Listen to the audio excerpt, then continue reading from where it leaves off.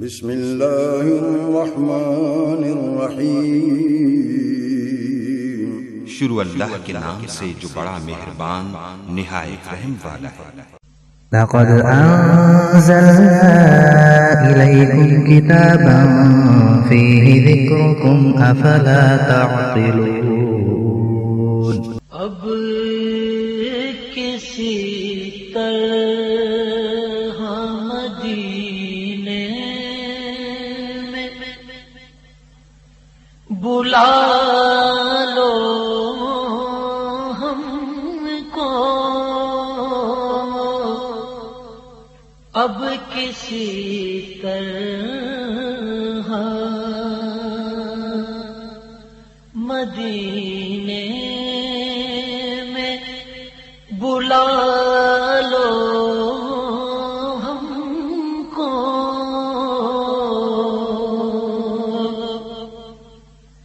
اب کسی طرح مدینے میں بلا لو ہم کو،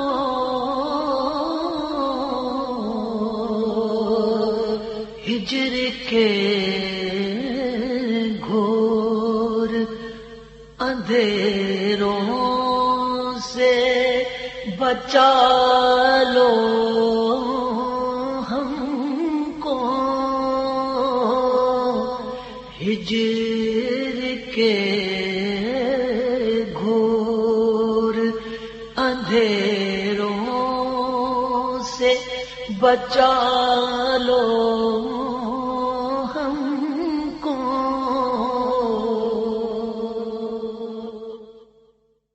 الحمد لولیہ والصلاۃ علی نبیہ، اما بعد فاعوذ باللہ من الشیطان الرجیم، بسم اللہ الرحمن الرحیم۔ والذین اوتوا العلم درجات، صدق اللہ العظیم۔ الصلاۃ والسلام علیک یا سیدی یا رسول اللہ وعلی آلک وصحابک یا حبیب اللہ۔ الصلاۃ والسلام علیک یا سیدی یا رسول اللہ وعلی آلک وصحابک یا سیدی یا محمد رسول اللہ صلی اللہ علیہ وآلہ وسلم۔ محترم دوستو، السلام علیکم ورحمۃ اللہ وبرکاتہ۔ ہمارے دو جمعۃ المبارک گزرے ہیں، صرف ہم نے فضیلت علم و علماء کی اور علم کی فضیلت کیا ہے اس کے بارے میں بات کی۔ ہماری جو بات ہے وہ یہاں تک پہنچ چکی تھی۔ اللہ تبارک و تعالیٰ نے توحید کا گواہ بنایا ملائکہ کو، اور ایک ایسی جگہ پر ارشاد فرمایا کہ شاہد اللہ انہ لا الہ الا ہو والملائکۃ واولو العلم قائما بالقسط لا الہ الا هو العزیز الحکیم۔ گواہی دی اللہ نے کوئی معبود نہیں مگر وہی، اور ملائکہ نے اور علم والوں نے، وہی انصاف قائم فرمانے والا، کوئی معبود نہیں اس کے سوا، اس عزت حکمت والے کے سوا توحید کی گواہی دینے والا خود اللہ تعالی توحید کی گواہی دینے والا ہے۔ ملائکہ نوری توحید کی گواہی دینے والے، علماء جو ان کا مقام ہے علماء کا، ان لوگوں کا جنہوں نے اللہ تعالیٰ کی توحید کی گواہی دی۔ ملائکہ کے ساتھ ساتھ اللہ تعالیٰ نے لوگوں کو جو صحیح علماء کرام ہیں ان کو رب تعالیٰ نے فضیلت دی ہے کہ یہ جو میرے بندے ہیں یہ بھی گواہی دینے والے ہیں۔ اللہ تعالیٰ نے دکھایا ہے کافروں کو اور اس معاشرہ کے ٹھیکیداروں کو کہ علماء کرام کا مقام کیا ہے، بلکہ ایک مقام پر فرشتوں کو بھی درمیان سے ہٹا دیا، علماء کو بھی ہٹا دیا۔ فرمایا وَيَقُولُ الَّذِينَ كَفَرُوا وَأَلَسْتَ مُرْسَلًا قُلْ كَفَى بِاللَّهِ شَهِيدًا بَيْنِي وَبَيْنَكُمْ وَمَنْ عِندَهُ عِلْمُ الْكِتَابِ۔ اللہ تعالیٰ فرماتے ہیں سورہ رعد میں آیت نمبر 43 ہے ترجمہ، اور کہتے ہیں کہ آپ بھیجے ہوئے رسول نہیں، منکر جو منکرین ہیں وہ لوگ کہتے ہیں میرے آقا صلی اللہ علیہ وسلم کو کہ آپ بھیجے ہوئے رسول نہیں۔ اللہ کہتا ہے کہ فرما دیجیے اے میرے محبوب کہ اللہ ہی کافی ہے گواہ میرے اور تمہارے درمیان۔ اللہ تعالیٰ نے ملائکہ کو بھی ہٹا دیا اور علماء کو بھی ہٹا دیا۔ اب اللہ تعالیٰ کہتا ہے اے میرے محبوب صلی اللہ علیہ وسلم میں ہی کافی ہوں تمہاری گواہی دینے کے لیے، میں خود تمہاری گواہی دیتا ہوں۔ اے حبیب علیہ السلام یہ کافر ہے، ایمان آپ کی رسالت کا انکار کرتے ہیں، یہ جو کافر لوگ ہیں یہ ایمان والے نہیں ہیں، یہ کافر بھی ہیں اور منافق بھی ہیں، اور گواہی نہیں دیتے تو نہ دیں۔ اللہ فرماتا ہے کہ اگر گواہی وہ نہیں دیتے تو نہ دیں، آپ کو ان کی گواہیوں کی ضرورت ہی نہیں، آپ کو ان کی گواہیوں کی ضرورت نہیں، بلکہ ان سے کہہ دیجئے کہ میری رسالت کی گواہی کے لیے میرا اللہ ہی کافی ہے، میری رسالت کی گواہی کے لیے کتاب کے علماء ہی کافی ہیں۔ قرآن سے پوچھو تو عالم وہ ہے جس کو کتاب کا علم آتا ہے، عالم وہ ہے جس کو کتاب کا علم آتا ہے۔ محترم دوستو، بات پہنچ گئی کتاب کے علم کی، تو ایک واقعہ میں آپ کی نظر کرتا ہوں، پہلے بھی شاید آپ نے سنا ہوگا۔ حضرت سلیمان علیہ السلام اللہ تعالیٰ نے تمام زمین کی مخلوق کی بادشاہی ان کو عطا فرمائی، جس میں انسان اور جن اور جو بھی کائنات میں زمین کے اوپر جانور ہے، پرندے ہیں، سب کی حکومت آپ کو دی۔ کس کو؟ حضرت سلیمان علیہ السلام کو۔ تو ایک وقت ایسا آیا کہ حضرت سلیمان علیہ السلام اپنے دربار میں بیٹھے تھے۔ بہت لمبا واقعہ ہے لیکن مختصر سا بیان کروں گا تاکہ آپ اکتا نہ جائیں۔ آپ نے ایک ملکہ کو ایک چٹھی لکھی تھی، اس میں آپ نے بسم اللہ بھی لکھا اور کہا کہ آپ مسلمان ہو جائے۔ ملک سبا تھا، ملکہ کا نام بلقیس ہے۔ تو اس نے ہدہد نے، ایک پرندہ تھا ہدہد، آپ نے نام بھی سنا ہوگا، وہ تاخیر ہو گئی، وہ عدالت میں آیا نہیں، بادشاہت میں آیا نہیں حضرت سلیمان علیہ السلام کے پاس، باقی سب پرندے آ گئے۔ تو جب وہ آیا تو آپ نے پوچھا کہ آپ دیر سے کیوں آئے؟ خود اس نے جواب دیا کہ میں پرواز کرتا ہوا ایک اور سلطنت میں چلا گیا تھا، میں نے وہاں پر دیکھا کہ وہاں پر ایک عورت حکومت کرتی ہے اور نہایت خوبصورت ہے اور عدل والی ہے، کہ وہ عدل بھی کرتی ہے لیکن وہ آپ پر ایمان نہیں رکھتی، اور اس کا تخت بڑا خوبصورت۔ تو جب تخت کی بات آ گئی، ایک تو آپ نے اس کو پیغام بھیجا کہ آپ مسلمان ہو جاؤ، میرے پہ ایمان لے آؤ، اور دوسرا آپ نے فرمایا کہ وہ جو تخت ہے اس کو کوئی اٹھا کے لانے والا ہے؟ جنات سے کہا۔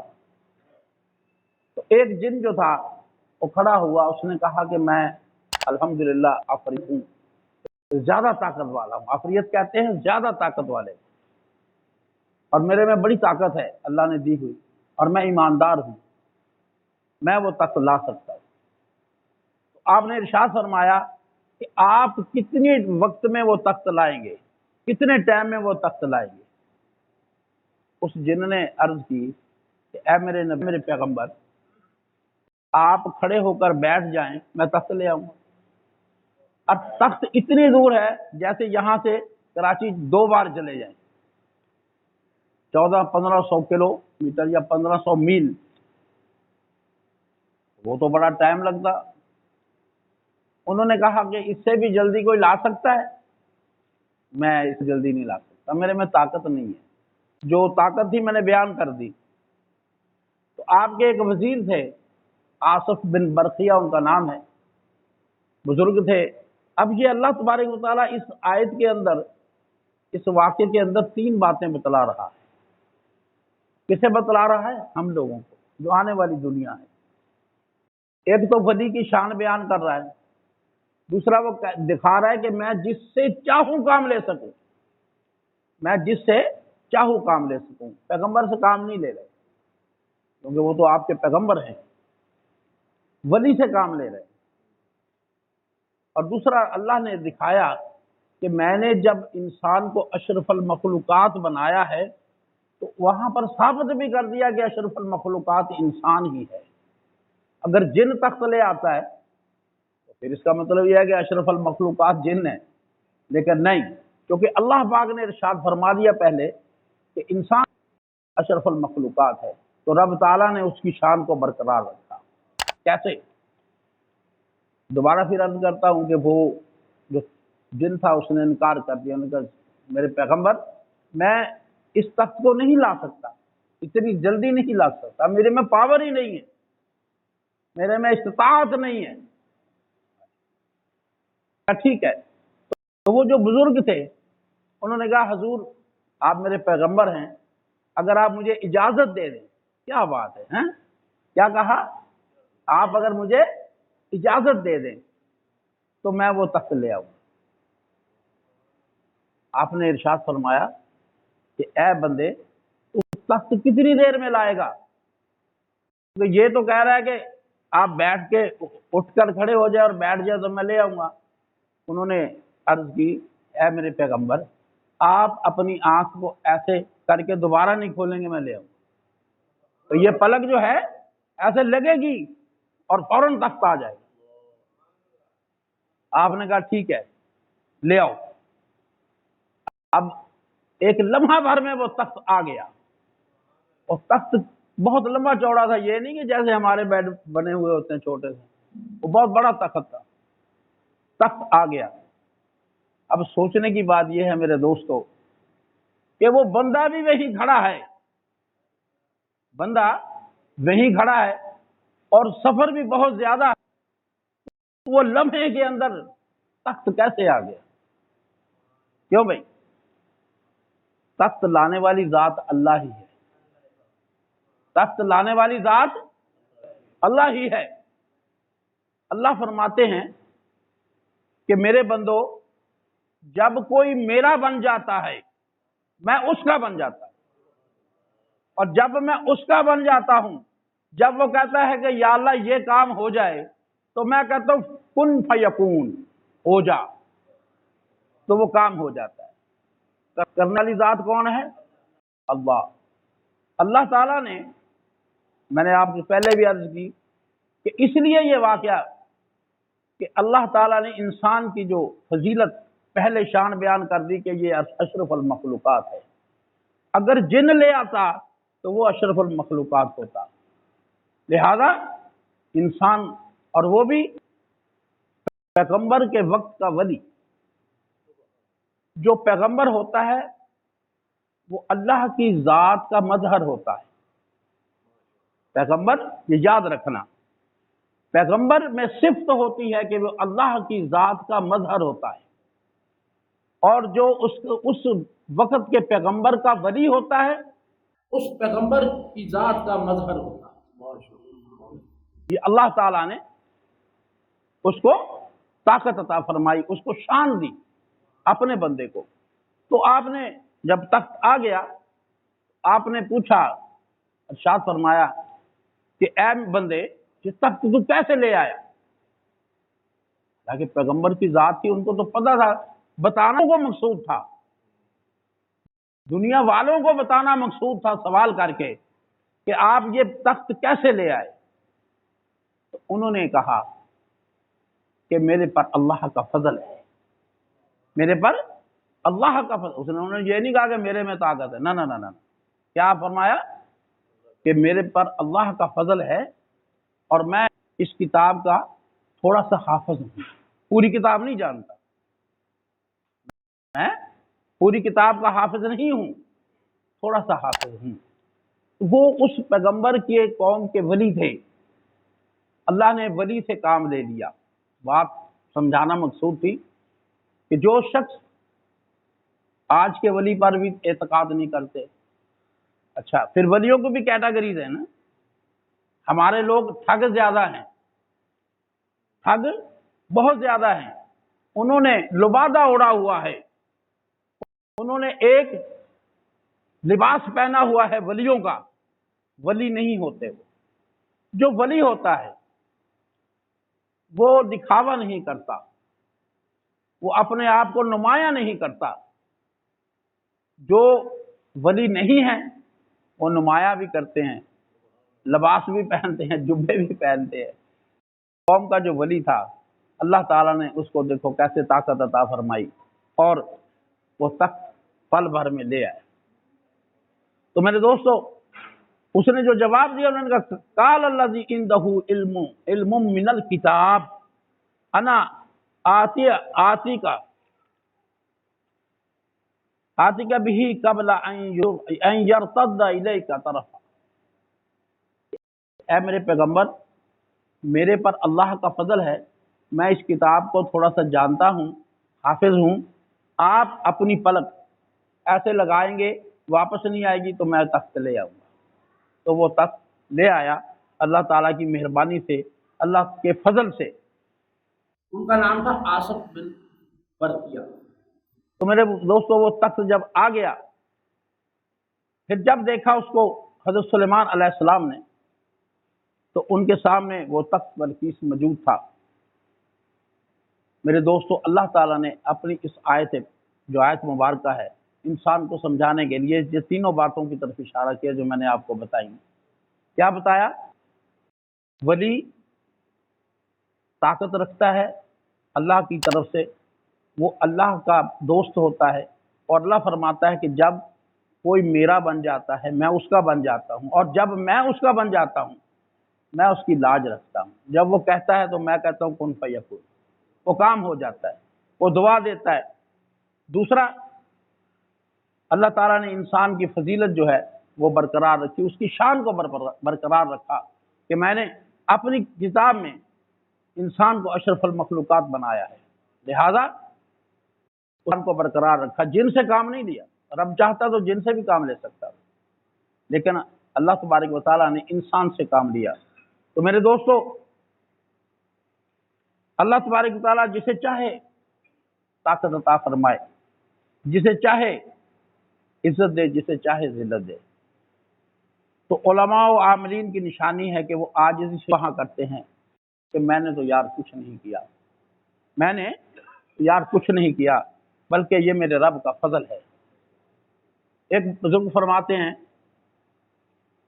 وہ اس اپنی عاجزی کو یوں بیان کرتے ہیں، راتی زاری کر کر روندے تیری لگی دھوندے ہجریاں تنہار دیندے تے سب تو نیویں ہوندے۔ میں ترجمہ بیان کر دیتا ہوں۔ وہ کہتے ہیں کہ ساری رات میں ہم زاری کرتے ہیں، روتے ہیں، عبادت کرتے ہیں، اور جب صبح ہوتی ہے، جب کوئی پوچھتا ہے کہ کیا حال ہے تو وہ کہتے ہیں کہ یار ہم بہت گناہ گار ہیں، آپ ہمارے لیے دعا کیجیے۔ وہ بزرگ کہتے ہیں کہ آپ ہمارے لیے دعا کیجیے، ہم بہت گناہ گار ہیں۔ حالانکہ وہ ساری رات اللہ کی یاد میں رو رو کر وقت گزارتے ہیں، عبادت کرتے ہیں، اور عاجزی سے اللہ تعالیٰ سے دعا۔ تو میرے دوستو جو بزرگ ہوتے ہیں، جو اللہ کے ولی ہوتے ہیں، وہ اس طرح عاجزی کرتے ہیں۔ وہ یہ نہیں کہتے کہ ہم بہت بڑے ہیں، اپنے آپ کو چھپاتے ہیں، اور اللہ کی عظمت کا ترانہ بھی گاتے ہیں۔ معلوم یہ ہوا کہ کتاب کے علم سے وہ ہو گئے عالم، اور کتاب کے علم سے وہ اسم اعظم کے عامل ہو گئے۔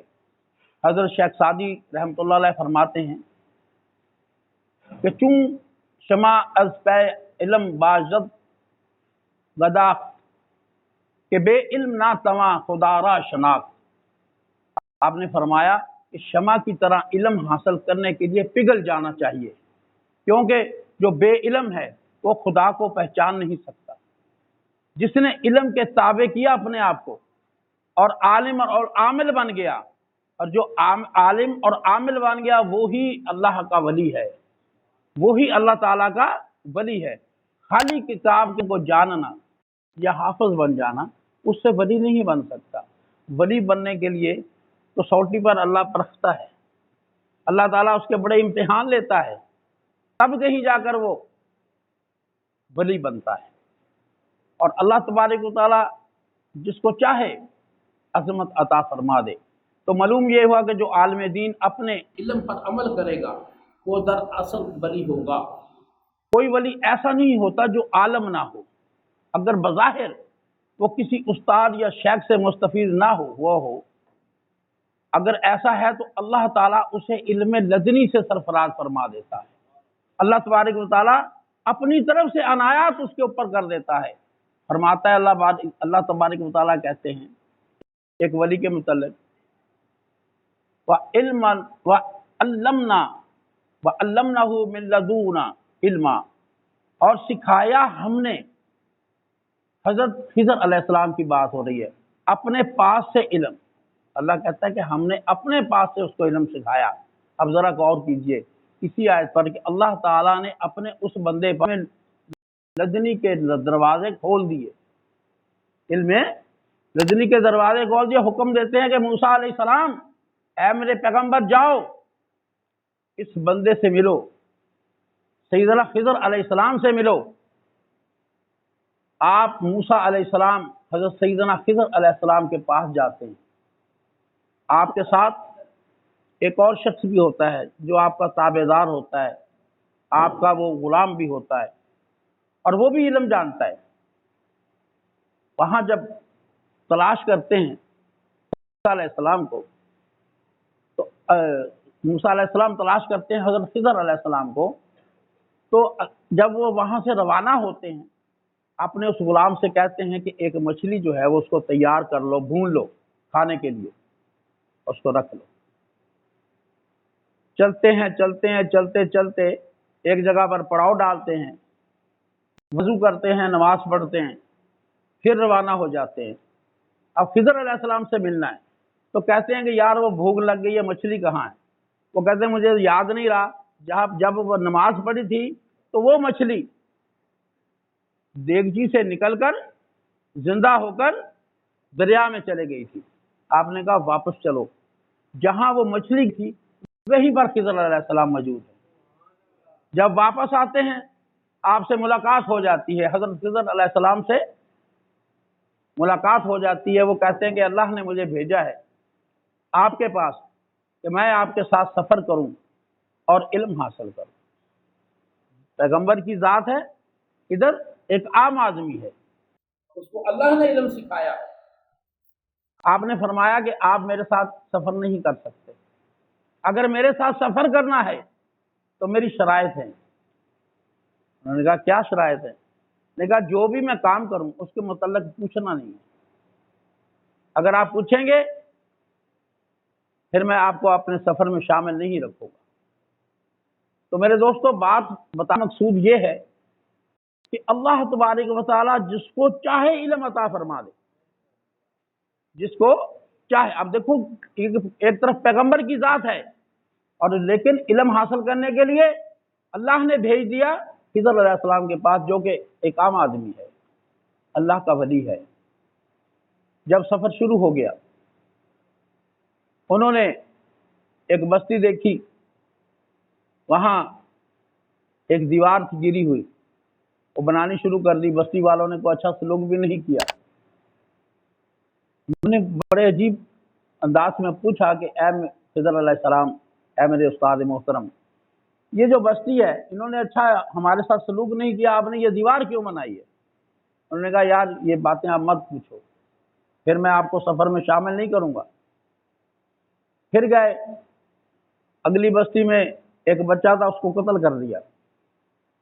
یار بڑے عجیب آدمی ہیں آپ، بچہ آپ نے کیوں قتل کیا؟ انہوں نے کہا یہ دوسری بار ہے، پھر آگے اگر آپ نے تیسرا سوال کر دیا تو میں آپ کو اپنے ساتھ نہیں رکھوں گا۔ آگے گئے، سفر جاری تھا، کشتی میں بیٹھ گئے۔